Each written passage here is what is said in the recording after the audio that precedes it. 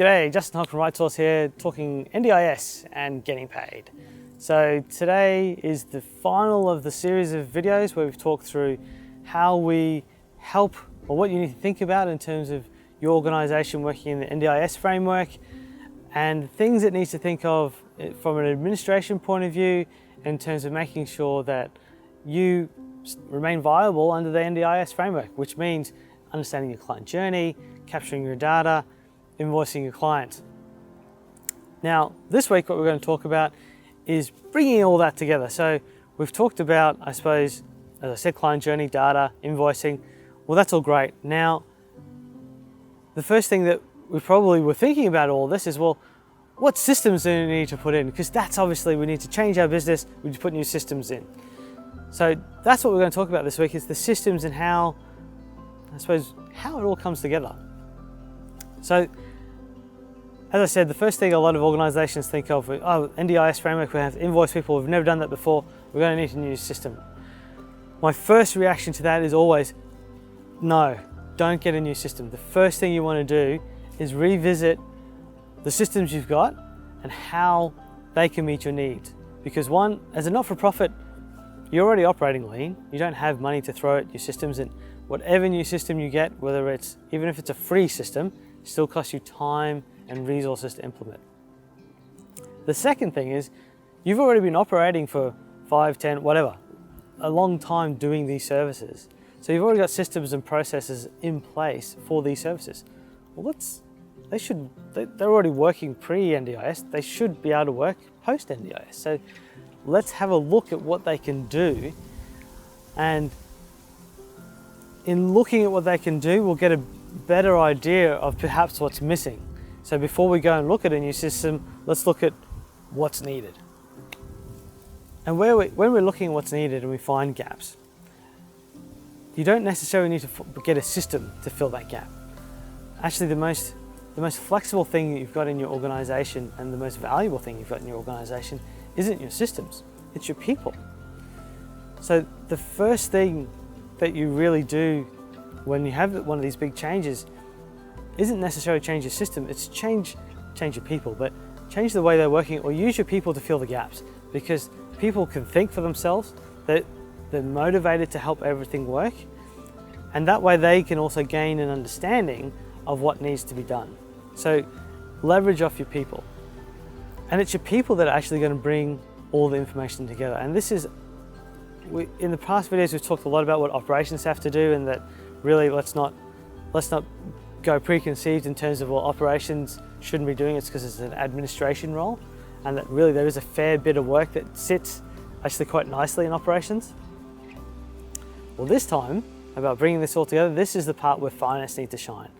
And with every video that we've done, well, every aspect of NDIS and bringing it in, there's both the technical and the cultural aspect.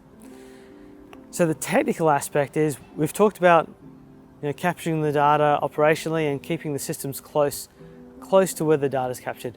How do we get that back into, sort of bring that all together? Well, this is where finance are incredibly important. They're the ones who are going to be bringing that data back to the central system, the central accounting system, and that central accounting system is what will ultimately provide a view to management and to the board as to how the strategy is progressing, how we're going in terms of profitability, or at least covering our costs, and is that all working? So that all needs to happen, and for the most part, that's a technical process. Where I've seen that process fall down is when finance are now the ones pushing back, saying, well, we're finance, this is what we do. You need to give us operations, you need to give us all the information, and then we'll do our job. That's how they're used to operating. It can't work that way anymore, because again, you're limiting yourself. What needs to happen with finance, and what happens in business where it is working well, is finance needs to get involved in the business. What this means from an NDIS point of view is they need to understand the operational systems that we're using. So where that data is getting collected, they need to understand not necessarily how operations are working, but how that data is being collected, how that data is being stored in those operational systems. So that when they pull that data back into the accounting system, they can see high level whether that data is complete. They can have a feel for that data is complete. And if errors are found, or they see errors when they're bringing the data back, they have more chance of going into the operational system or asking operations to fix that data in a specific way, not just going back and saying, operations, the data's wrong, fix it. They're going, okay, look, on Monday at 3 o'clock there's an appointment, it looks like we haven't put the right code in. Can you check what code this should be? I think it should be this or that. That way the question's answered a lot quicker, and you're not actually, I suppose, drawing time out of operations to do work. So it's a really bad efficiency. Plus, ensuring the data is complete is a very important role that finance will play. So you've got the operational things you can do in terms of making sure data is collected daily. So that way you have an operational check as to whether data is being collected. Again, if that data is coming into the accounting side, there's also reporting and exception reporting that can be built so that the financial side of the operations can be looked at and say, well, are there anything that looks odd? And as soon as something looks odd, it can be investigated and rectified. So the quicker that this stuff happens is important. And the people that will drive that data getting collated, that transparency of information, that's the finance team. And the only way the finance team is going to be able to do this is by having a close relationship with operations and a good understanding of how the operational systems work. Ultimately, it's going to be the people that drive the success of the organization, as it should be with every business. It's your people that create the value that drive your business forward.